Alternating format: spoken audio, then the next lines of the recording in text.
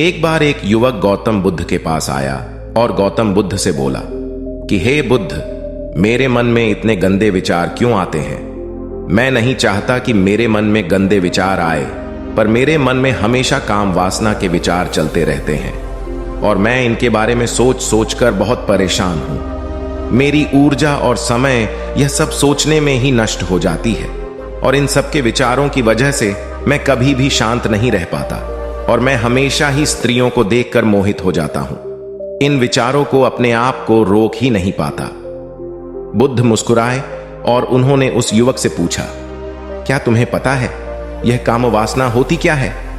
फिर लड़के ने उत्तर दिया और कहा, बुद्ध, मैं यह तो नहीं जानता कि काम वासना होती क्या है, पर हां, यह जो भी है बहुत बुरी चीज है।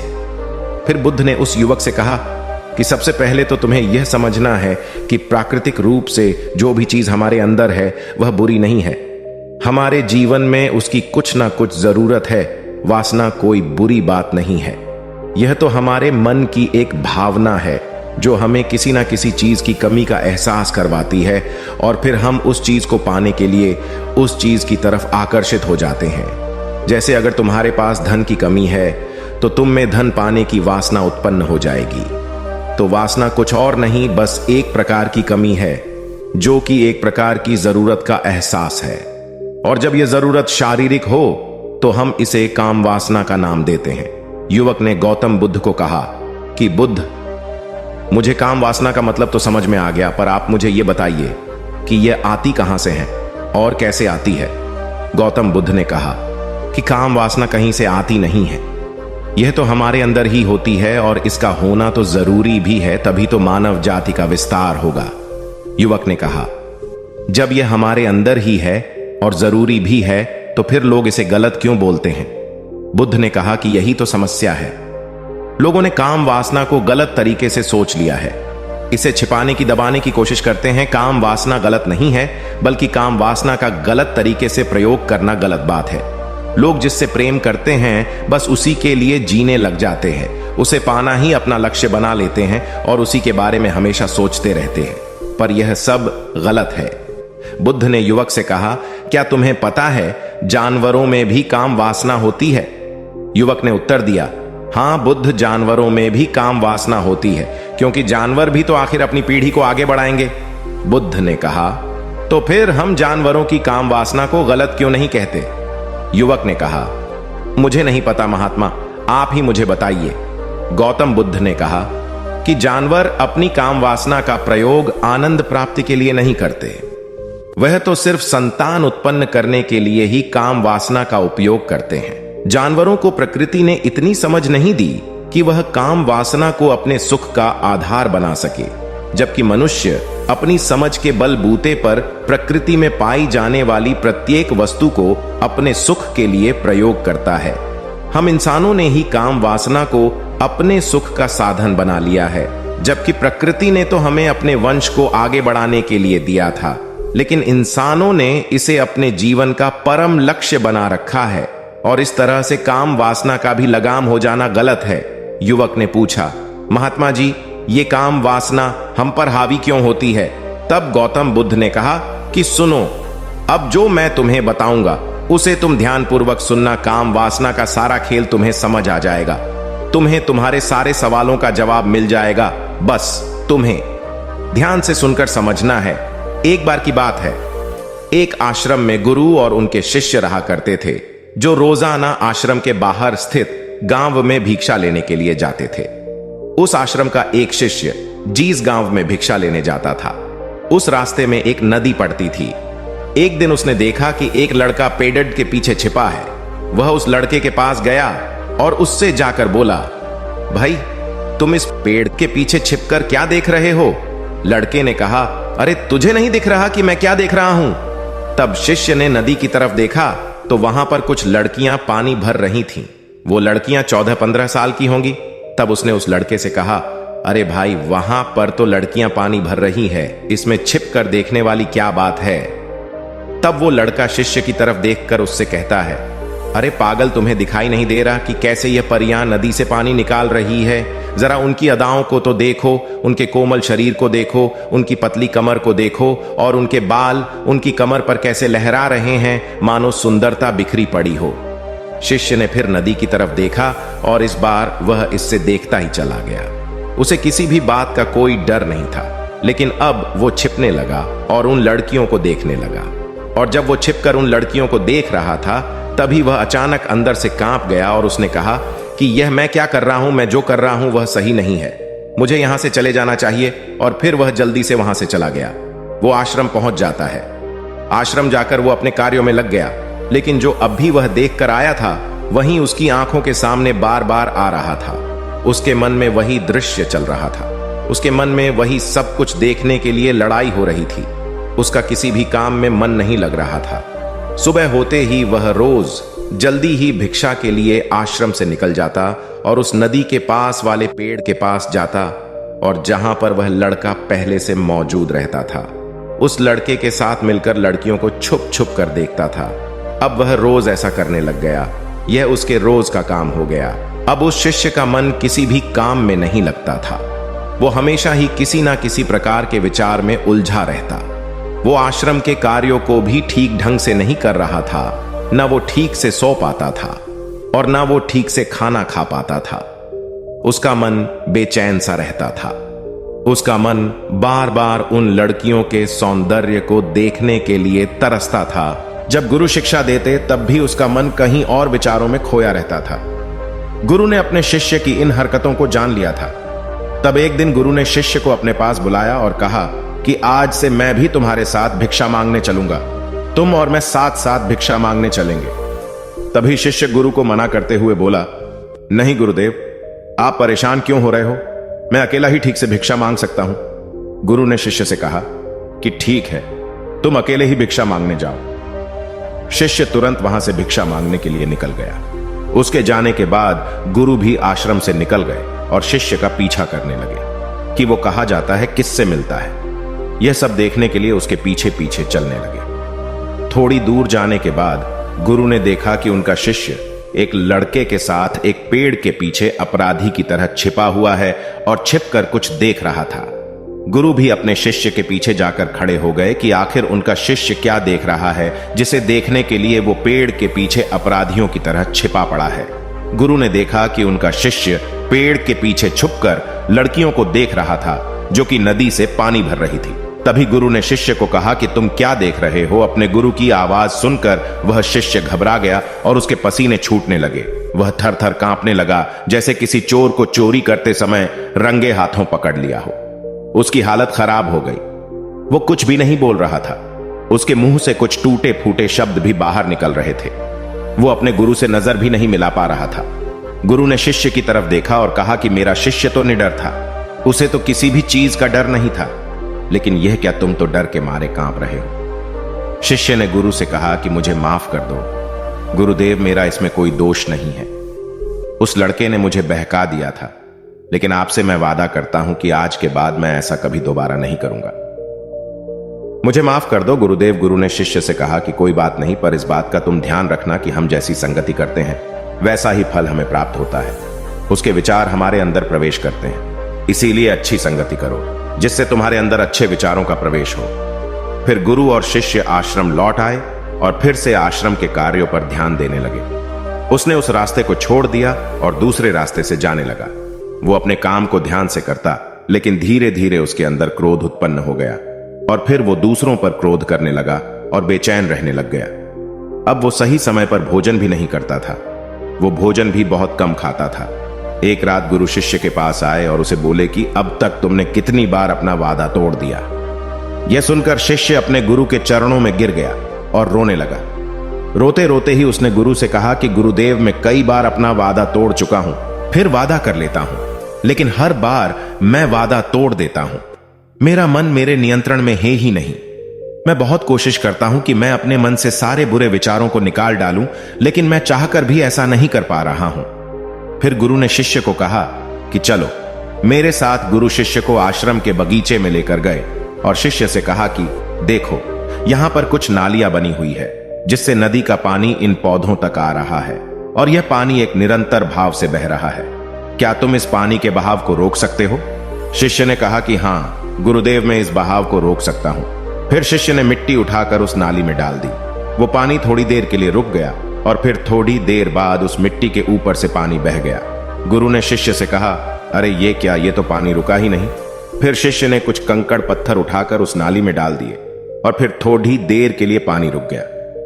लेकिन फिर थोड़ी देर बाद ही उन कंकड़ पत्थर के ऊपर से पानी निकल आया। फिर गुरु ने कहा कि यह क्या हुआ, पानी तो फिर से बह गया। तुम तो बोल रहे थे कि तुम इसे रोक दोगे। क्या हम किसी काम को रोकना चाहे तो क्या हम उसे रोक नहीं सकते? तब शिष्य ने कहा, कोई बात नहीं गुरुदेव, मैं इस पानी को तो आपको रोक के दिखाऊंगा। वह फिर से एक बड़ा सा पत्थर लेकर आया और उसे नाली पर डाल दिया और पानी रुक गया। तब गुरु से कहा कि देखा गुरुदेव, मैंने कहा था ना कि पानी को मैं रोक दूंगा। मैंने पानी को रोक दिखाया।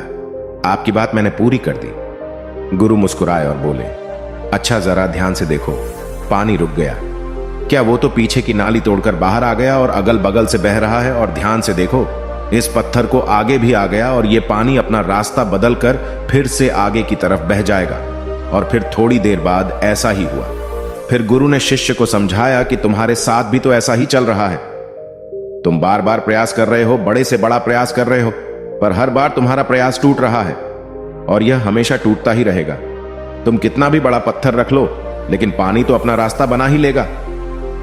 यह सब देखकर गुरु से कहा कि हे गुरुदेव, क्या कोई तरीका नहीं है जिससे मैं गंदे विचारों से बाहर निकल सकूं और यह मेरे मन में आए ही नहीं? गुरु शिष्य को एक नदी के पास ले गए जहां से उस बगीचे में पानी आ रहा था। गुरु ने शिष्य से कहा, वो पानी इसी नदी से जा रहा है। अगर हम यहीं से उस रास्ते को बंद कर दें जहां से पानी बगीचे में जा रहा है, अब क्या हम पानी को रोक नहीं सकते? शिष्य ने कहा कि हां गुरुदेव, अवश्य ऐसा हो सकता है। मैं इस पानी को यहीं से बंद कर देता हूं, तब आगे की नाली में पानी जाएगा ही नहीं और फिर बगीचे में पानी जाएगा ही नहीं। फिर से नदी से जाने वाले रास्ते को बहुत मेहनत करके पत्थर और मिट्टी डाल डालकर बंद कर दिया और गुरु से कहा कि गुरुदेव, मैंने पानी को बंद कर दिया है, अब यह पानी बगीचे में जाएगा ही नहीं। तब गुरु ने कहा कि अगर पानी बगीचे में नहीं जाएगा तो पेड़ पौधों को पानी कहां से मिलेगा? उन पेड़ पौधों को तो पानी की आवश्यकता है, और उन पेड़ पौधों में कुछ पेड़ पौधे तो ऐसे हैं जिनको रोज पानी की आवश्यकता है। वह तो मुरझाकर मर ही जाएंगे। उनका क्या होगा? पानी तो हमें खोलना ही होगा। शिष्य ने गुरु की बात सुनकर वापस नदी से जाने वाले पानी का रास्ता खोल दिया। तब गुरु ने शिष्य से पूछा कि अगर हम इस नदी के पूरे पानी को बगीचे की तरफ मोड़ दे तो क्या होगा? तब शिष्य ने जवाब दिया कि गुरुदेव, वहां पर जितने भी पेड़ पौधे हैं वो गलकर नष्ट हो जाएंगे, वहां पर कुछ नहीं बचेगा।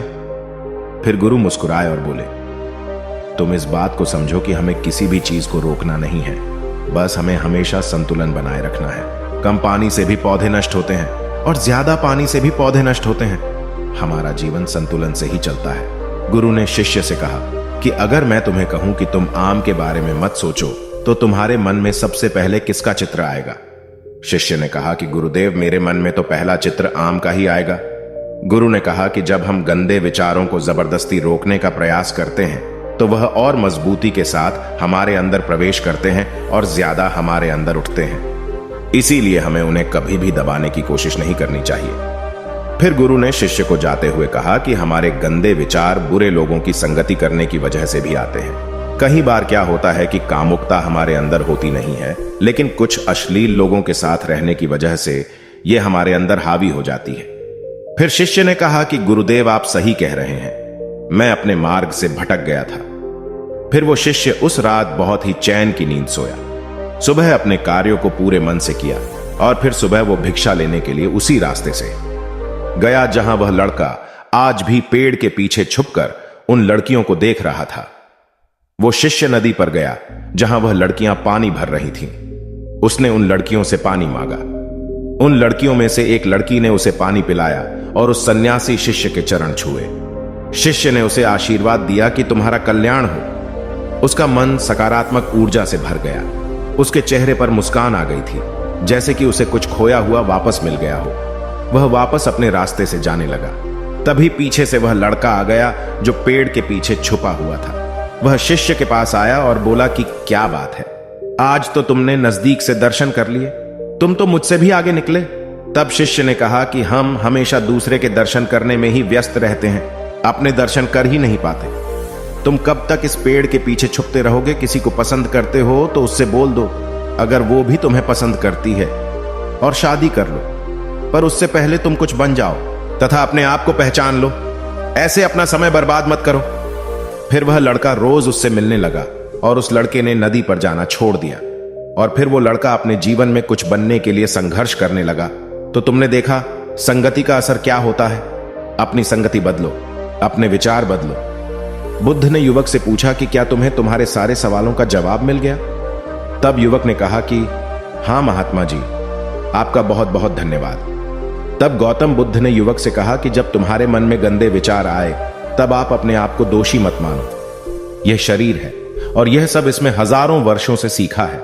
यह केवल तुम्हारे सोच लेने से, शपथ लेने से यह टूटने वाला नहीं है, लेकिन तुम्हारे पास वो शक्ति है और वो ऊर्जा है जिसका तुम्हें संतुलन बनाए रखने के लिए उपयोग करना है। तुम एक जीवित ऊर्जा हो जो कुछ भी अनुभव करने के लिए स्वतंत्र हो, जो कुछ निर्माण करने के लिए स्वतंत्र हैं। इसीलिए तुम अपने आप को पहचानो। दोस्तों, आपको यह कहानी कैसी लगी हमें कमेंट करके जरूर बताना, और ऐसी ही और कहानियों के लिए सब्सक्राइब का बटन जरूर से दबा देना।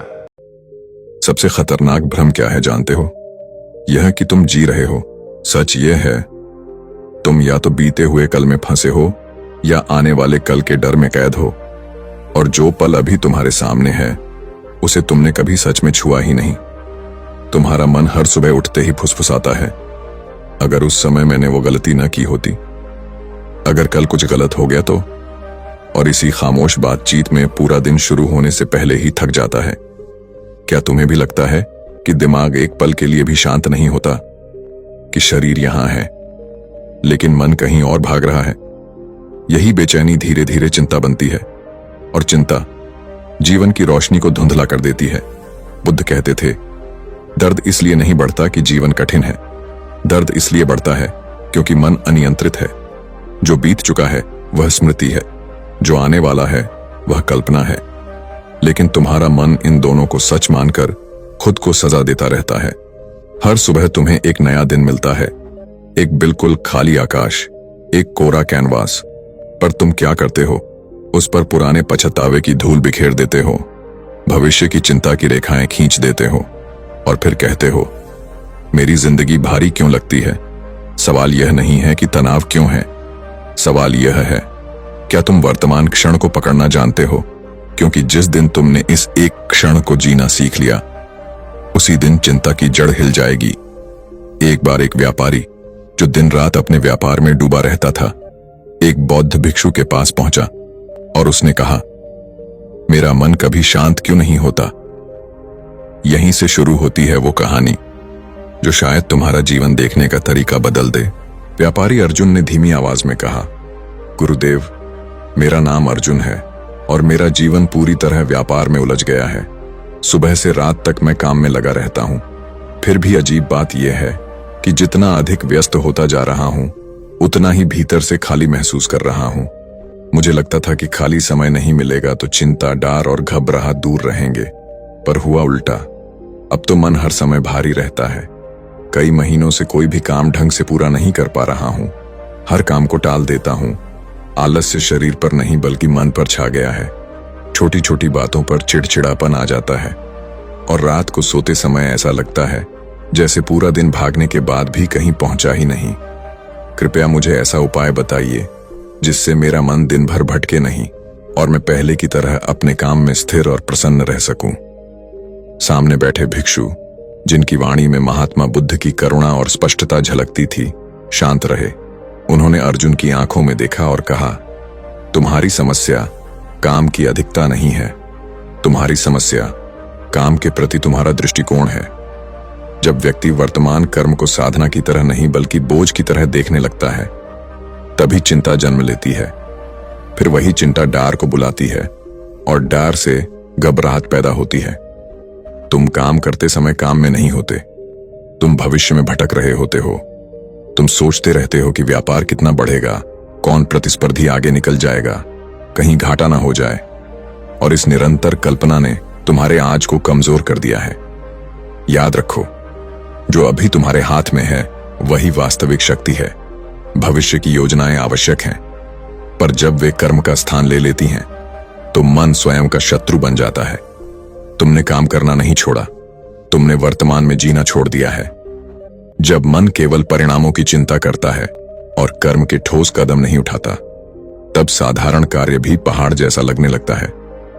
अर्जुन ने सिर झुकाकर कहा, गुरुदेव, आप सही कह रहे हैं। मैं हर दिन यही सोचता रहता हूं कि कहीं मेरा व्यापार घट न जाए, कहीं कोई दूसरा व्यापारी मेरे क्षेत्र में न आ जाए, और इन्हीं विचारों में उलझकर आज के काम को टाल देता हूं। भिक्षु ने उत्तर दिया, हम अपने विचारों में समस्याओं को वास्तविकता से कई गुना बड़ा बना लेते हैं, फिर उन्हीं कल्पनाओं से डर कर ठहर जाते हैं। यदि तुम हर सुबह यह संकल्प लो कि आज केवल आज का काम करूंगा, पूरे ध्यान और ईमानदारी से, तो धीरे धीरे चिंता शांत होगी, डर पिघलेगा और घबराहट का स्थान स्थिरता ले लेगी। वर्तमान क्षण को अपनाओ, उसे सम्मान दो और हर कार्य को पूर्ण जागरूकता के साथ करो। तब तुम्हें अनुभव होगा कि शांति बाहर नहीं, तुम्हारे ही कर्मों की सजगता में छिपी है। भिक्षु आनंद ने शांत स्वर में कहा, विक्रम, वास्तविक जीवन की कठिनाइयां उतनी विशाल नहीं होती जितनी तुम्हारा मन उन्हें बना देता है। तुम्हें केवल आज के कार्य पर ध्यान रखना है, शेष परिस्थितियां धीरे धीरे स्वयं संतुलित हो जाती हैं। विक्रम ने असहाय होकर उत्तर दिया, गुरुदेव, समस्या यही है कि मैं आज पर टिक ही नहीं पाता। बार बार प्रयास करता हूं, पर मन अतीत की भूलों में उलझ जाता है, फिर भविष्य की कल्पनाओं में भटकने लगता है और कुछ ही क्षणों में भीतर अशांति भर जाती है। मैं लंबी साधना या कठिन ध्यान नहीं कर सकता। कृपया मुझे कोई सरल मार्ग बताइए जिसे मैं अपने दैनिक जीवन के साथ अपना सकूं। भिक्षु आनंद मुस्कुराए। उनकी वाणी में महात्मा बुद्ध की करुणा की झलक थी और बोले, ठीक है विक्रम, आज मैं तुम्हें 10 छोटे अभ्यास बताऊंगा। ये साधारण लगेंगे, पर यदि तुम इन्हें निरंतरता और ईमानदारी से अपनाओगे तो कुछ ही दिनों में तुम्हारे भीतर परिवर्तन आरंभ हो जाएगा। मन धीरे धीरे स्थिर होगा और वर्तमान स्पष्ट दिखाई देने लगेगा।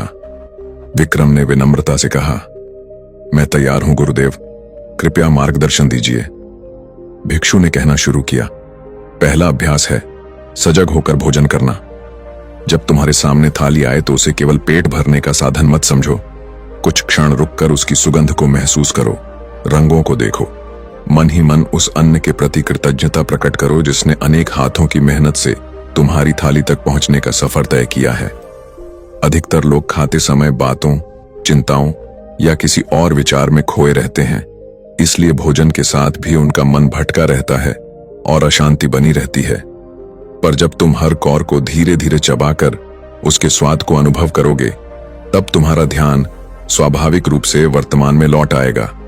यही छोटी सजगता मन को अनुशासित करना शुरू करती है और यही साधारण अभ्यास धीरे धीरे गहरी स्थिरता का आधार बनता है। भिक्षु समाहित ने शांत स्वर में कहा, निर्मल, जब तुम्हारे सामने भोजन आए तो उसे केवल जल्दी जल्दी समाप्त करने का कार्य मत समझो।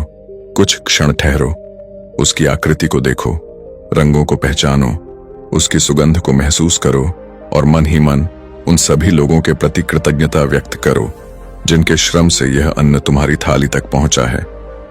हर कौर को ऐसे ग्रहण करो जैसे वह पहला भी है और अंतिम भी। केवल आरंभिक स्वाद नहीं बल्कि हरने वाले की पूर्ण अनुभूति करो, क्योंकि जब तुम प्रेम और सजगता के साथ खाते हो तो भोजन समाप्त होने तक मन की दौड़ धीमी पड़ जाती है और भीतर एक शांत संतोष जन्म लेता है। यही कारण है कि प्राचीन परंपराओं में मौन रहकर भोजन करने को महत्व दिया गया, क्योंकि मौन में लिया गया अन्न केवल शरीर ही नहीं, मन को भी पोषण देता है। और यह अभ्यास केवल भोजन तक सीमित नहीं है। यदि तुम चलने, स्नान करने, घर की सफाई करने या किसी साधारण कार्य को भी पूर्ण ध्यान से करने लगो, तो दिन भर एक हल्की प्रसन्नता तुम्हारे भीतर बनी रहेगी, क्योंकि मन वर्तमान से जुड़ा रहेगा। इसके बाद भिक्षु समाहित ने कहा, दूसरा अभ्यास है श्वास की जागरूकता। और उनकी वाणी में महात्मा बुद्ध की शिक्षा की स्पष्टता झलक रही थी। सांस स्वयं चलती है, वह तुम्हें हर क्षण जीवन से जोड़ती है, पर तुम उसे महसूस ही नहीं करते। जब तुम कुछ पलों के लिए अपनी आती जाती श्वास को देखना शुरू करते हो, तो ध्यान स्वाभाविक रूप से विचारों की भीड़ से हटकर शरीर की लय में उतर आता है और उसी क्षण मन की उलझनें ढीली पड़ने लगती हैं। जब भी तुम्हें तनाव, भय या बेचैनी महसूस हो, तुरंत अपनी श्वास पर लौट आओ। बस उसे बदलो मत, केवल देखो। कुछ ही क्षणों में तुम्हें अनुभव होगा कि भीतर की गति शांत हो रही है।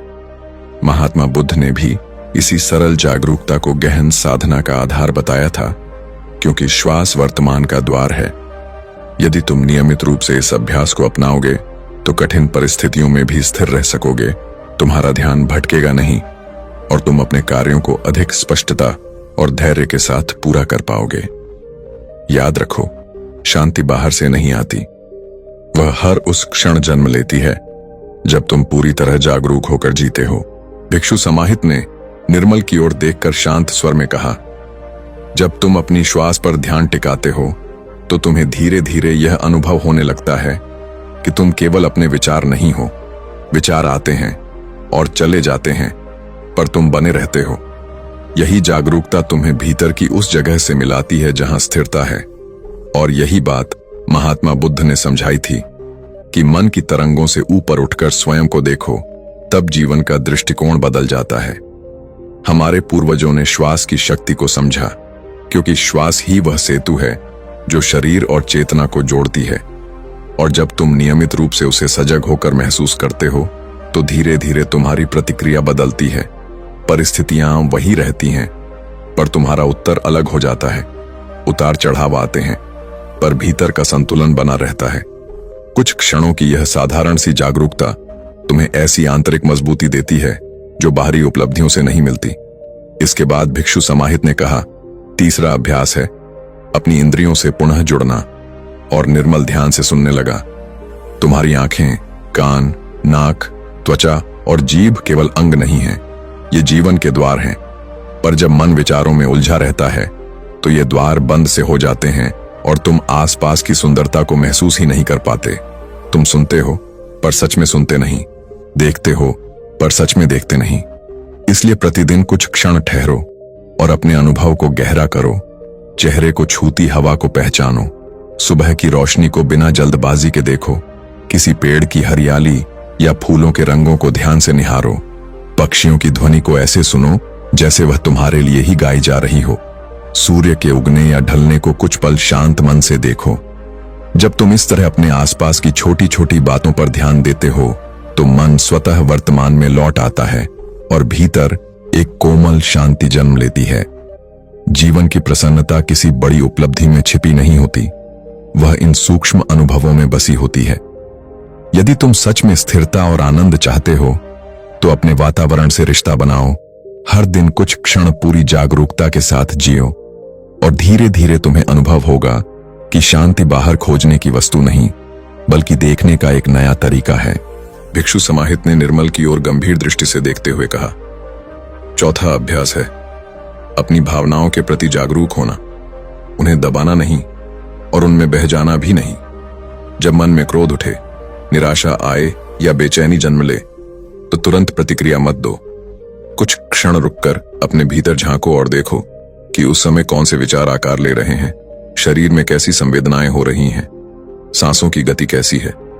बस उन्हें देखो, बिना निर्णय के, बिना उन्हें सही या गलत ठहराए।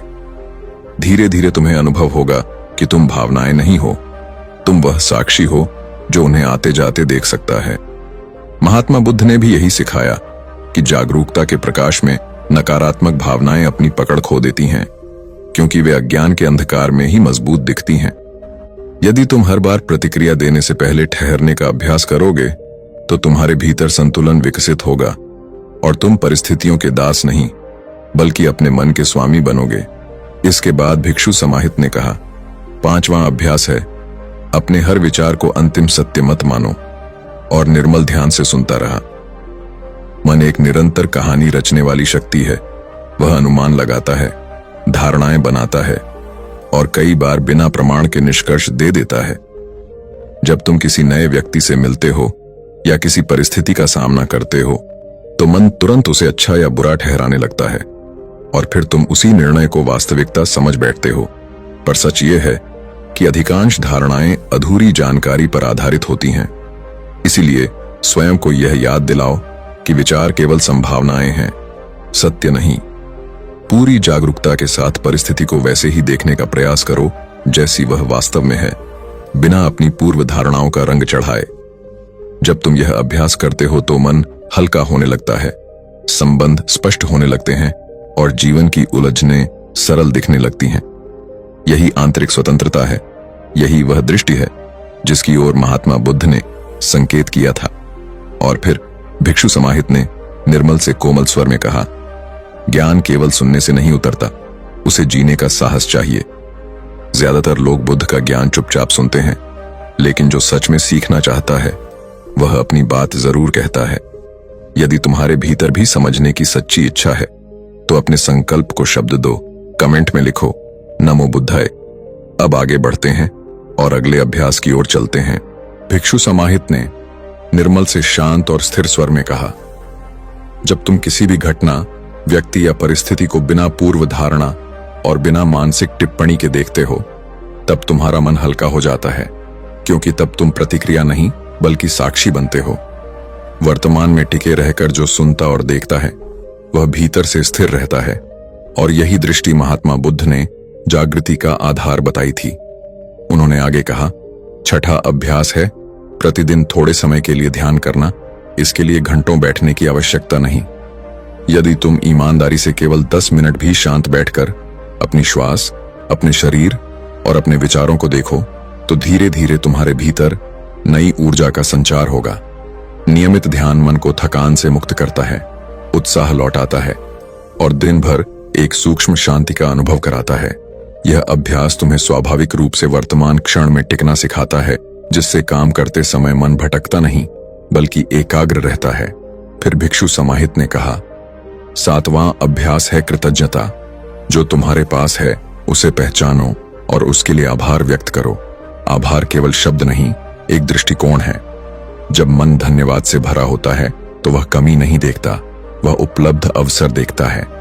यदि तुम्हारे पास आज एक व्यवसाय है, एक घर है, परिवार है या सीखने का अवसर है, तो यह सोचो कि कितने लोग ऐसी ही परिस्थिति की कामना करते होंगे।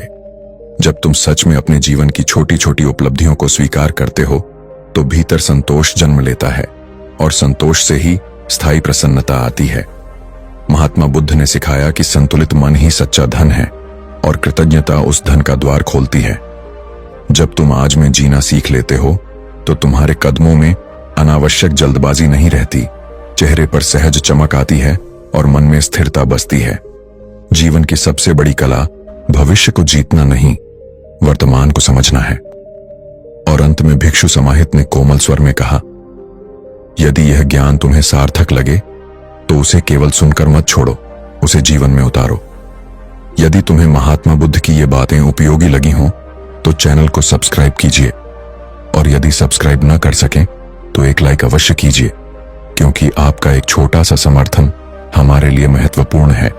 और यदि आप कुछ भी न करें तो भी आपका धन्यवाद। अब आगे के अभ्यास की ओर बढ़ते हैं। भिक्षु समाहित ने निर्मल से कहा, जब मन वर्तमान में स्थिर होने लगता है तो विचारों में स्वाभाविक गहराई आ जाती है, दृष्टि बदल जाती है और व्यक्ति हर साधारण दृश्य में भी सुंदरता पहचानने लगता है।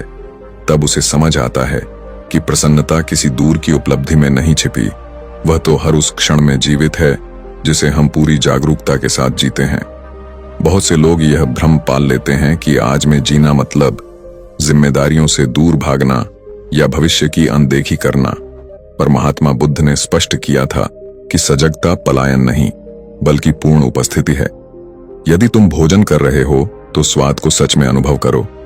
यदि किसी से संवाद कर रहे हो तो शब्दों के पीछे की भावना को सुनो। यदि कोई कार्य कर रहे हो तो उसमें अपना संपूर्ण ध्यान लगाओ। यही जीवंतता है, यही सच्चा जीवन है। जब हम अतीत की घटनाओं को बार बार दोहराते हैं तो हम अपने ही कंधों पर अनावश्यक बोझ लाद लेते हैं, क्योंकि बीती बातों को बदलना किसी के अधिकार में नहीं। फिर भी मन उन्हें पकड़कर बैठा रहता है और स्वयं को दुखी करता है। और जब हम भविष्य की कल्पनाओं में उलझते हैं तो उन परिस्थितियों की चिंता करते हैं जो अब भी अस्तित्व में ही नहीं आई। यह कितना विचित्र है कि हम या तो उस समय में अटके रहते हैं जो समाप्त हो चुका है, या उस समय की फिक्र करते हैं जो अभी आया ही नहीं, और इसी बीच वर्तमान क्षण जो हमारे हाथ में है चुपचाप फिसल जाता है। यदि हम यह स्वीकार कर लें कि अतीत पर हमारा नियंत्रण नहीं और भविष्य पूरी तरह हमारे बस में नहीं, तो भीतर एक अद्भुत हल्कापन जन्म लेता है। यही हल्कापन शांति में बदलता है।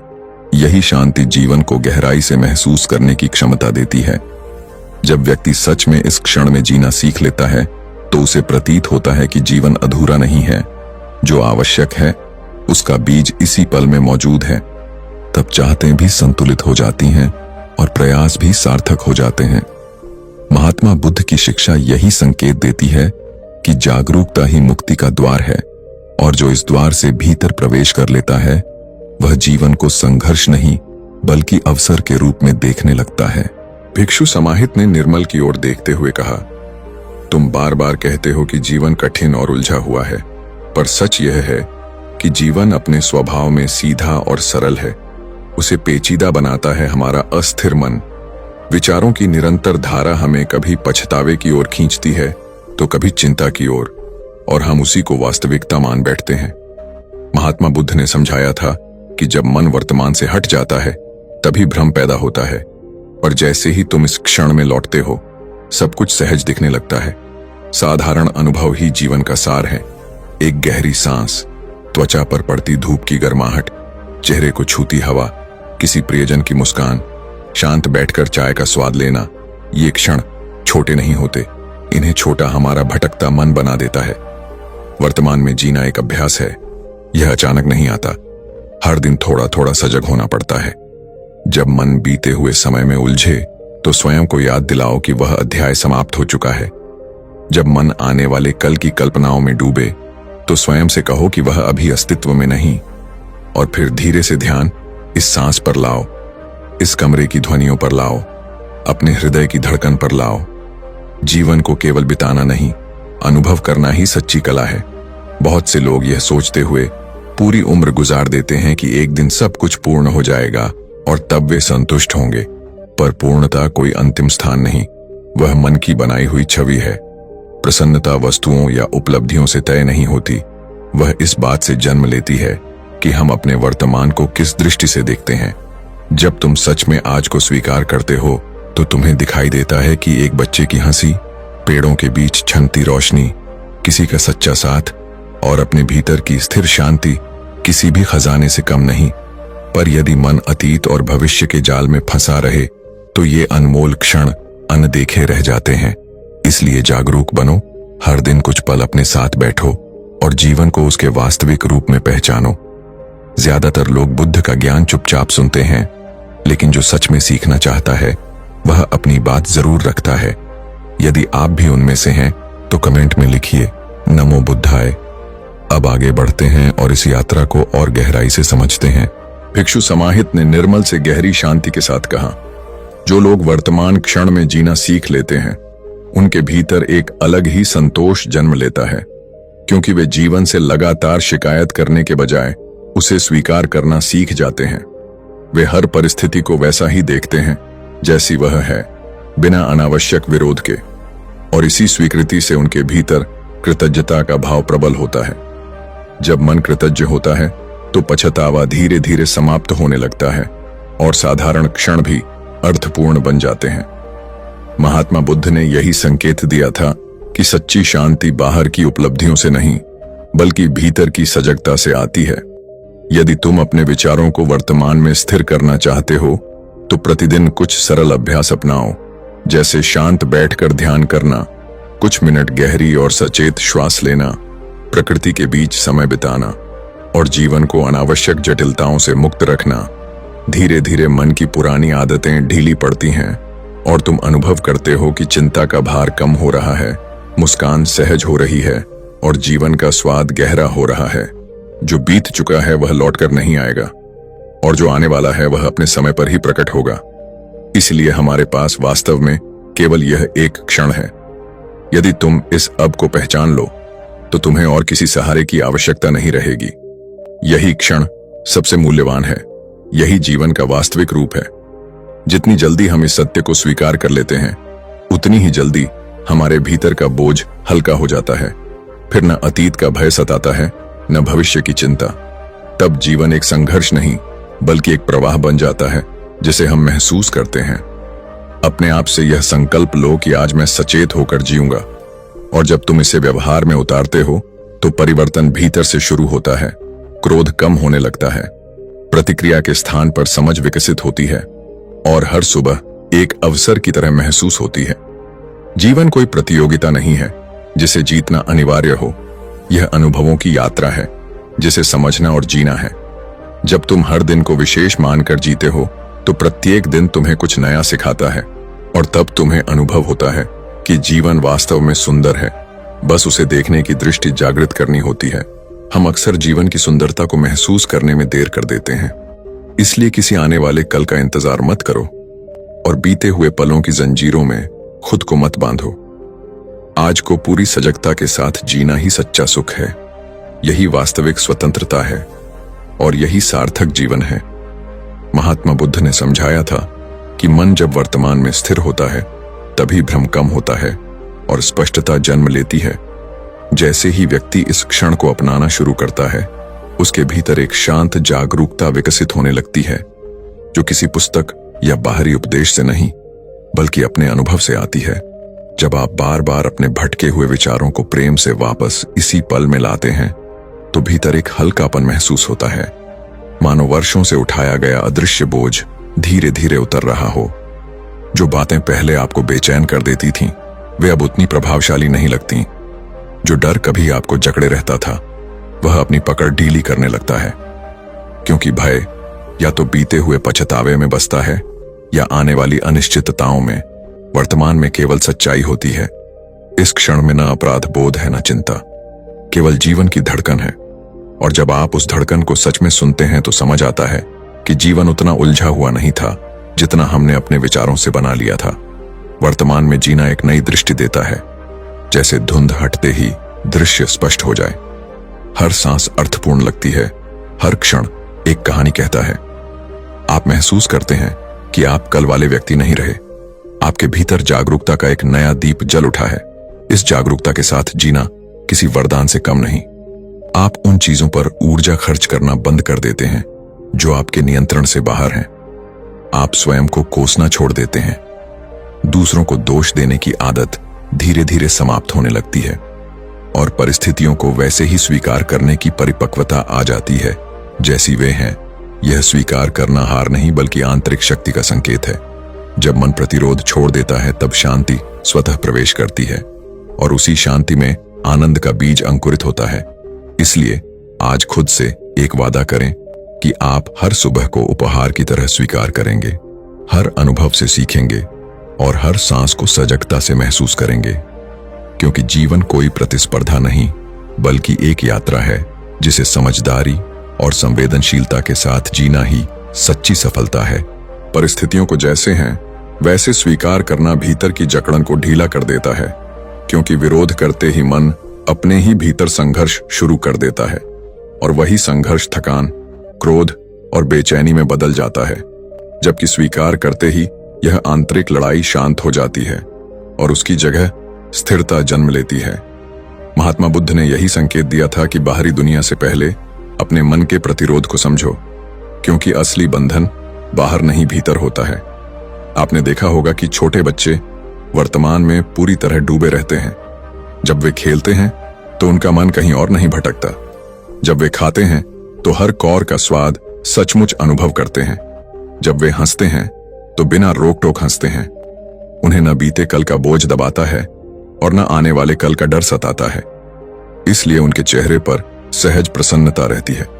लेकिन जैसे जैसे उम्र बढ़ती है, हम अपने साथ अपेक्षाओं की गठरी, तुलना का जाल और चिंताओं की परतें जोड़ते जाते हैं, और धीरे धीरे वही सरलता खो देते हैं जो कभी हमारी ताकत थी। अगर हम सचेत होकर उस बाल सुलभ सहजता की ओर लौटना शुरू करें तो जीवन का अनुभव बदल सकता है। वर्तमान में जीना किसी कठिन तपस्या या जटिल नियमों का विषय नहीं है। यह तो एक छोटा सा अभ्यास है जिसे हर दिन थोड़ी सजगता के साथ दोहराया जा सकता है। जब आप दिन की शुरुआत करें तो कुछ क्षण शांति से बैठें, अपनी सांसों की लय को सुनें, हवा के स्पर्श को महसूस करें बिना किसी हड़बड़ी के अपने भीतर उतरे। जब बाहर निकले तो चलते समय आसपास के पेड़ों की हरियाली, आकाश का विस्तार, पक्षियों की आवाज और धूप की गर्माहट पर ध्यान दें। जब किसी से संवाद करें तो पूरी उपस्थिति के साथ करें, बिना भटकते हुए, बिना किसी और विचार में खोए। जब भोजन करें तो धीरे धीरे खाएं और हर स्वाद को पहचानें। इन छोटे अभ्यासों से मन को बार बार इसी क्षण में लौटने की आदत पड़ने लगती है। शुरुआत में यह असहज लग सकता है क्योंकि मन पुरानी दौड़ का आदी है, पर निरंतर प्रयास से वही मन शांत लय में ढलने लगता है और तब आप महसूस करेंगे कि शांति कोई दूर की मंजिल नहीं बल्कि हर पल में उपलब्ध एक संभावना है। वर्तमान में जीना कोई बड़ी उपलब्धि नहीं बल्कि एक नई आदत है और आदतें ही अंततः हमारे जीवन की दिशा तय करती हैं। जिस प्रकार कोई भी व्यवहार बार बार दोहराने से स्वभाव बन जाता है, उसी तरह सजग होकर वर्तमान में रहना भी धीरे धीरे हमारी प्रकृति का हिस्सा बन सकता है। और यही वह अभ्यास है जो जीवन की गुणवत्ता को भीतर से बदल देता है। महात्मा बुद्ध ने समझाया था कि मन को अभी में स्थिर करना ही जागरूकता की पहली सीढ़ी है, क्योंकि जब मन भटकता नहीं तब संबंधों में सच्चाई उतरती है। जब आप अपने किसी प्रियजन की बात पूरे ध्यान से सुनते हैं, बिना बीच में टोके, बिना मोबाइल की ओर देखे, तब सामने वाला केवल शब्द नहीं बल्कि आपका साथ महसूस करता है। वहीं से भरोसा गहराता है, प्रेम परिपक्व होता है और रिश्ते मजबूत जड़ों की तरह फैलने लगते हैं। लेकिन जब शरीर पास हो और मन कहीं और भटक रहा हो तो निकटता भी दूरी में बदल जाती है। इसलिए वर्तमान में जीना केवल व्यक्तिगत शांति का साधन नहीं बल्कि संबंधों की मजबूती का आधार भी है। इसी जागरूकता का प्रभाव हमारे निर्णयों पर भी पड़ता है। जब कोई फैसला पुराने पछतावे या आने वाले परिणामों के डर से मुक्त होकर लिया जाता है तो उसमें स्पष्टता होती है। आप प्रतिक्रिया नहीं बल्कि समझ के साथ उत्तर देते हैं। आप वही चुनते हैं जो आपके मूल्यों के अनुरूप हो और यही चयन आत्मविश्वास को स्थिर करता है। भीतर की घबराहट और अनकही बेचैनी धीरे धीरे कम होने लगती है। ऐसा लगता है जैसे किसी अदृश्य बंधन को खोल दिया गया हो। जब आप किसी कार्य में पूरी तरह डूब जाते हैं तो समय का दबाव हल्का हो जाता है। जैसे मधुर संगीत सुनते समय बाकी दुनिया पीछे छूट जाती है, उसी प्रकार जब आप इस क्षण को पूरी तरह स्वीकार करते हैं तो अनुभव की गहराई बढ़ जाती है। उस गहराई में जो शांति मिलती है वह बाहरी उपलब्धियों से नहीं आती, न धन से न प्रशंसा से, वह भीतर की स्थिरता से जन्म लेती है। जब बाहरी शोर कम होता है तो अंतरात्मा की आवाज स्पष्ट सुनाई देने लगती है। वही आवाज दिशा देती है, वही आपको उस जीवन की ओर ले जाती है जिसकी तलाश आप लंबे समय से कर रहे थे। और जब जीवन में कोई बड़ी चुनौती या परिवर्तन सामने आता है तब यही सजगता आपको संतुलित रखती है, क्योंकि जिसने वर्तमान में टिकना सीख लिया वह परिस्थितियों के बीच भी खुद को नहीं खोता। वह समझता है कि हर अनुभव अस्थायी है और हर क्षण एक नया आरंभ हो सकता है। जब जीवन में कोई बड़ी चुनौती सामने खड़ी होती है तब घबराहट स्वाभाविक लगती है, लेकिन यदि आपने स्वयं को वर्तमान क्षण में टिकाना सीख लिया है तो वही परिस्थिति आपको तोड़ने के बजाय सिखाने लगती है। महात्मा बुद्ध ने संकेत दिया था कि भय को मिटाने की कोशिश मत करो, पहले उसे स्पष्ट रूप से देखो, क्योंकि जिसे हम जागरूकता से देखते हैं वह धीरे धीरे अपनी पकड़ खो देता है। जब आप कठिन समय में भी अपने मन को इसी क्षण में स्थिर रखते हैं तो आप समस्या में डूबते नहीं बल्कि उसे समझते हैं। आप अपने डर को पहचान पाते हैं, उसे नाम दे पाते हैं और फिर उसे जाने देने की क्षमता विकसित करते हैं। यही सजग जीवन की असली शक्ति है। तब यह भी स्पष्ट होने लगता है कि हर परेशानी पूरी तरह बाहरी नहीं होती, उसका बड़ा हिस्सा हमारी व्याख्याओं और कल्पनाओं से पैदा होता है। जब हम किसी स्थिति को पुराने अनुभवों के बोझ या आने वाले परिणामों की आशंका से देखते हैं तो वह बहुत भारी प्रतीत होती है, पर जैसे ही उसे केवल वर्तमान की दृष्टि से देखते हैं वह संभालने योग्य लगने लगती है। इसी समझ से भीतर हल्कापन आता है। धीरे धीरे आप ऐसी मानसिक अवस्था में पहुंचते हैं जहां न बीते हुए समय का पछतावा आपको जकड़ता है और न आने वाले कल की अनिश्चितता आपको डगमगाती है। आप विश्वास करना सीख जाते हैं कि जो भी आएगा उसका सामना किया जा सकता है, और यह विश्वास किसी बाहरी उपदेश से नहीं बल्कि अपने अनुभवों से जन्म लेता है। इसे कोई और आपको दे नहीं सकता। इसे आपको स्वयं जीकर महसूस करना पड़ता है। जीवन एक बहती हुई नदी के समान है।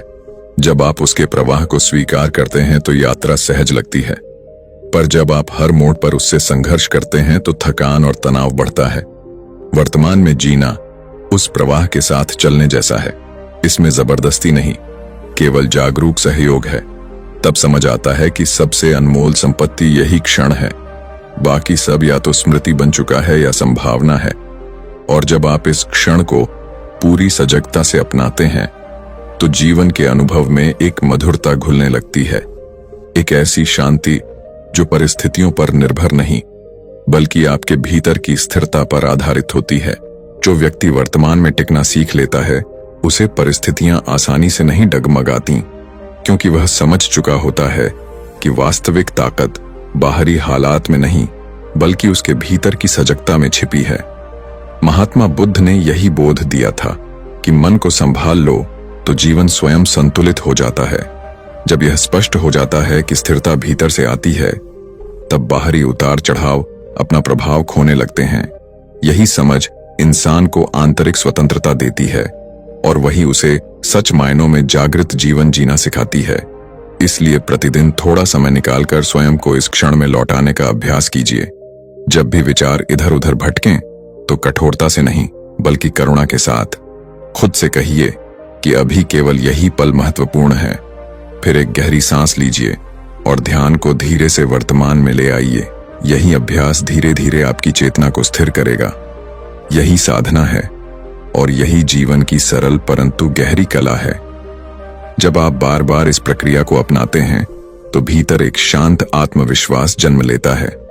आपको अनुभव होता है कि आप परिस्थितियों के शिकार नहीं बल्कि अपने दृष्टिकोण के निर्माता हैं। और इसी बोध में सच्ची स्वतंत्रता छिपी है। यदि यह विचार आपके हृदय को छूता है और आपको मूल्यवान लगा हो तो इस यात्रा में जुड़े रहने के लिए चैनल को सब्सक्राइब करें। अपने विचार साझा करने के लिए एक लाइक अवश्य दें। और यदि आप केवल शांति से सुनकर आगे बढ़ना चाहते हैं तो भी आपका आभार, क्योंकि सबसे महत्वपूर्ण बात यह है कि आप अपने भीतर की जागरूकता को जगाने की दिशा में एक कदम बढ़ा चुके हैं।